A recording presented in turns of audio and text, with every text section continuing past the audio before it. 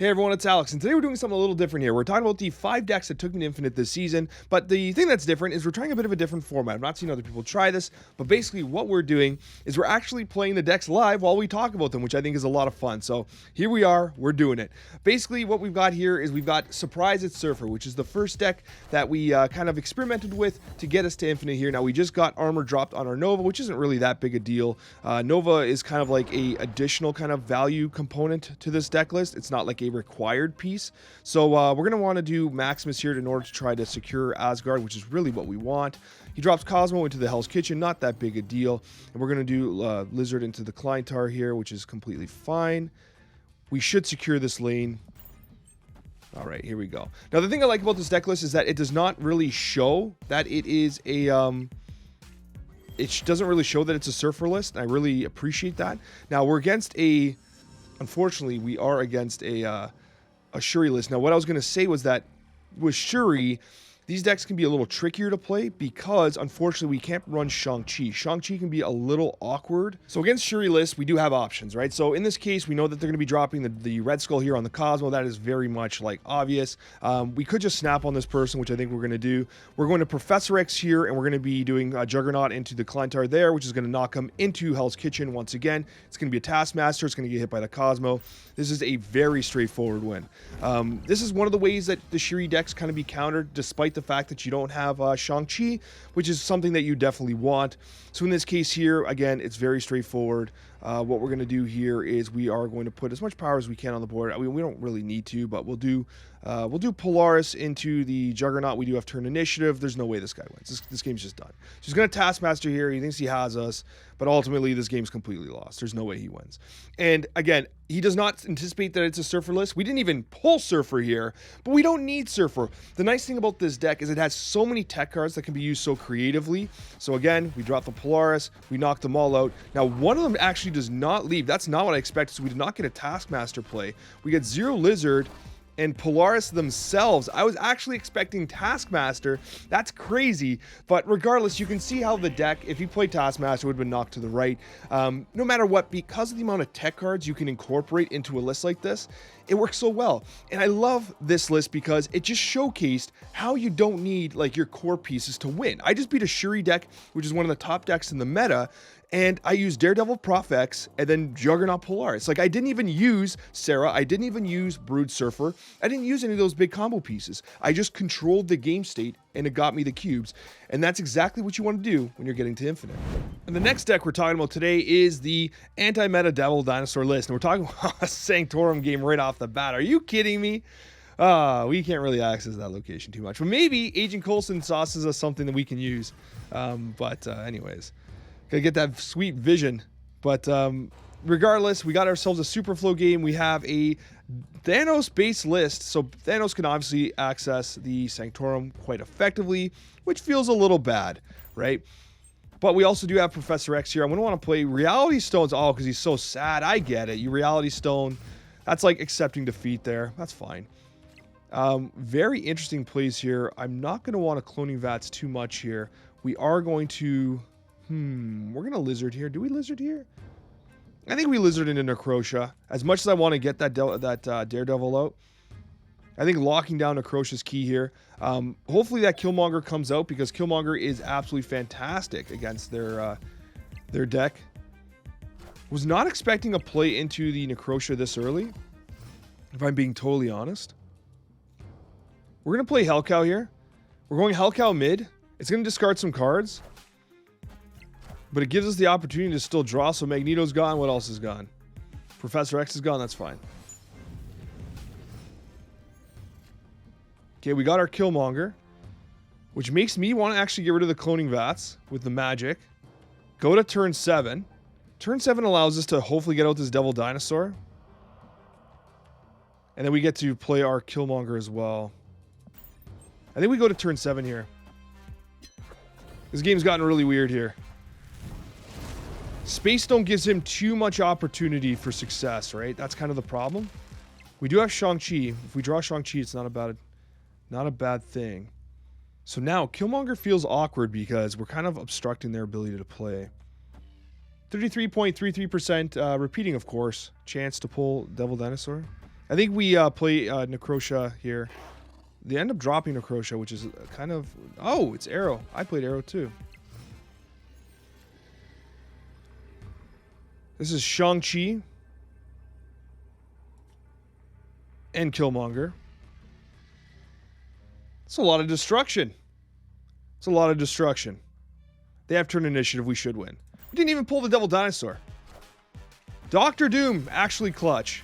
But you're going to lose these other 2 locations, my friend.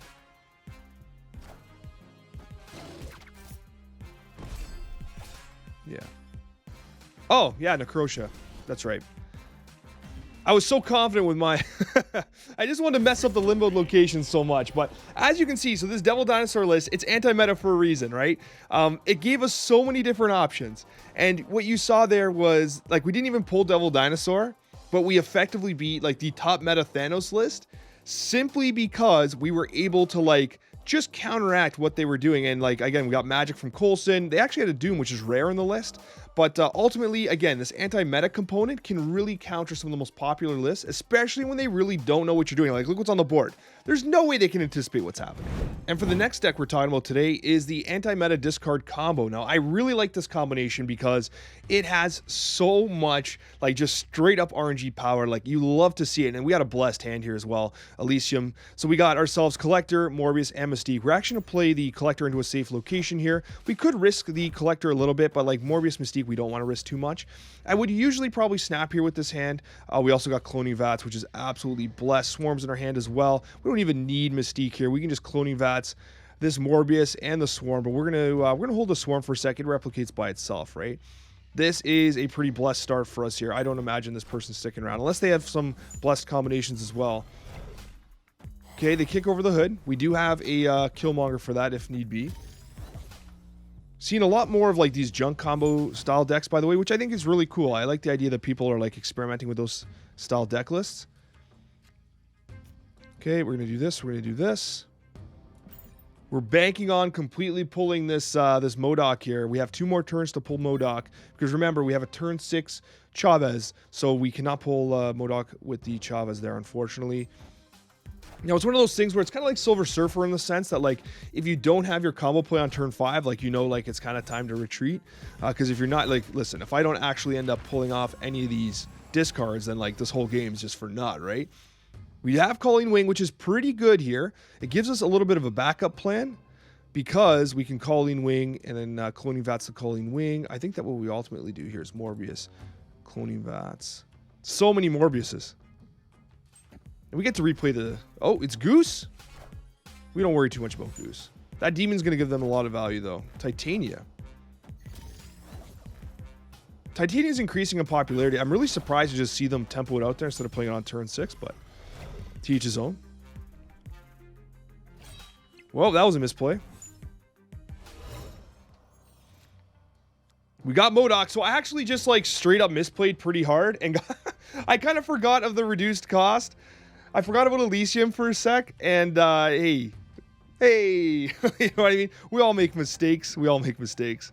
It's a little embarrassing, but it's okay. So what we're going to do here is we're actually going to play MODOK here. We're going to replicate the Swarm pretty hardcore here, which is nice. It's exactly what we want. We have Chavez. I'd usually snap, but you're going to see how huge this hand gets. This hand's going to be absolutely ridiculous. I'm actually going to fix the order there. We are going to replicate Swarm first, then we're going to MODOK. The order is important. Despite my misplay earlier, Calling Swing replicates the Storm. You're going to see Morbius go up, as does the Collector. Very nice. MODOK comes down. Very nice. Look at this. And this is what the combo is all about, right? It's absolutely massive.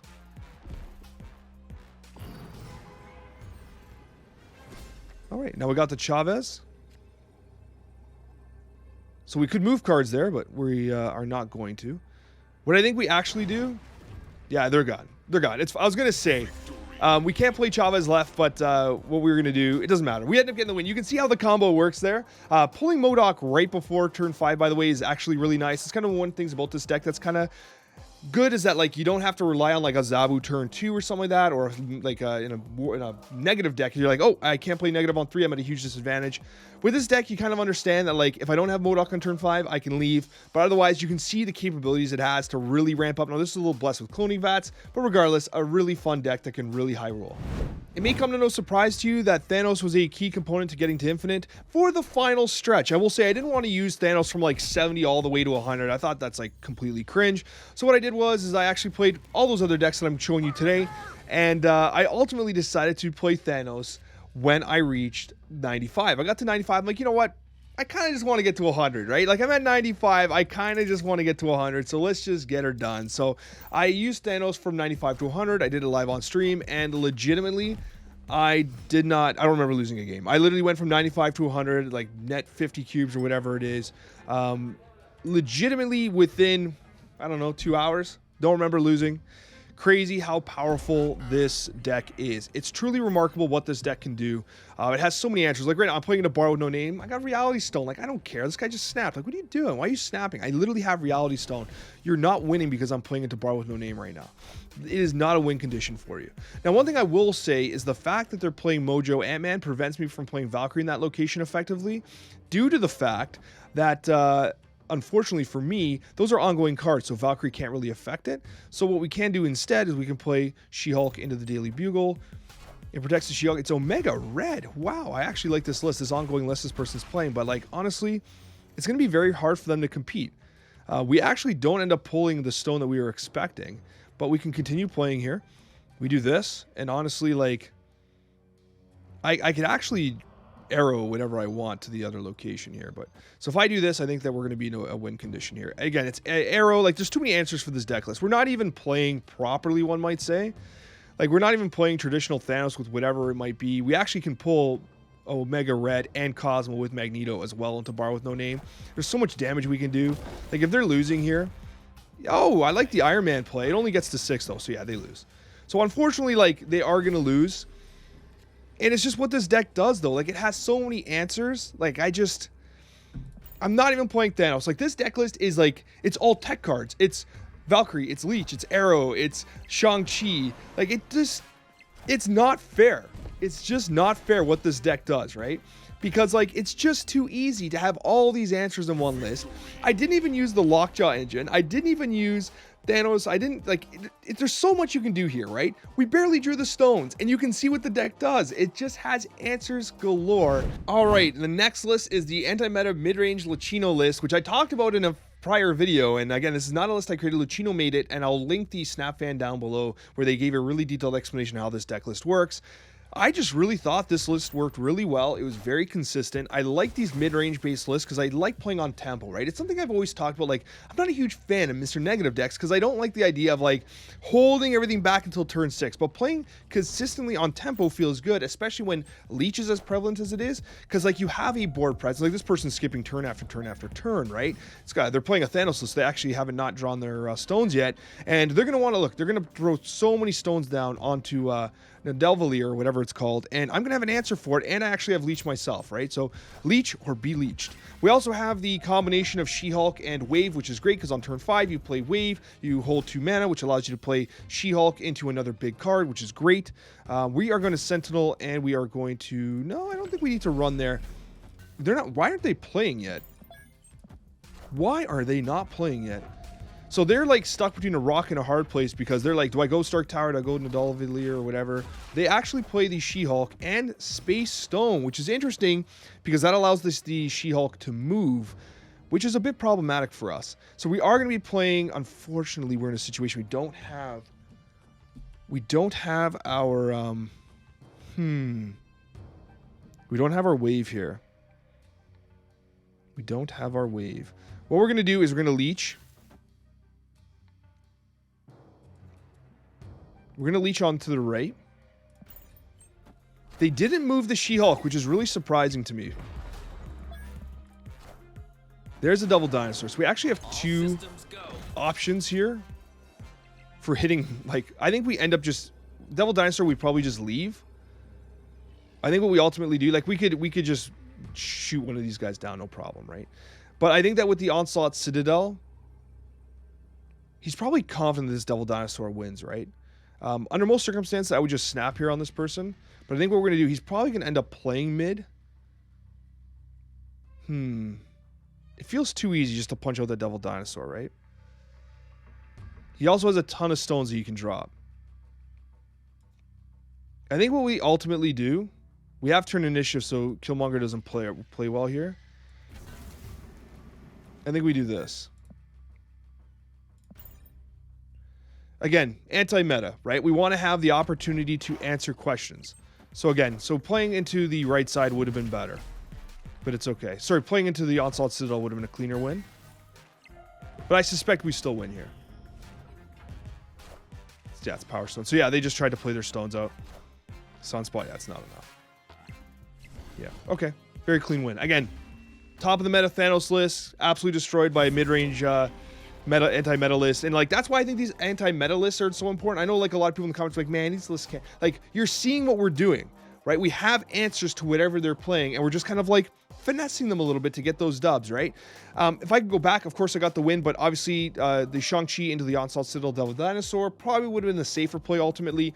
But you're seeing what Leech did too. Leech did an incredible amount of damage to their hand. Surprised they ultimately decide just to throw down a bunch of rocks here. But they probably are trying to stay wide and anticipating the Onslaught Citadel win. But regardless, I do really find this list to be one that like can win games. It has a lot of cards that I know you have. It's really inexpensive. You know, you might not have She-Hulk, Arrow, Doom, but you definitely have Mr. Fantastic and the rest, right? But Arrow, the key combination to understand is that you play Arrow on turn 5, conserve 2 mana, and then you can play the She-Hulk in conjunction with like Arrow or Doctor Doom or whatever for a really high impact play.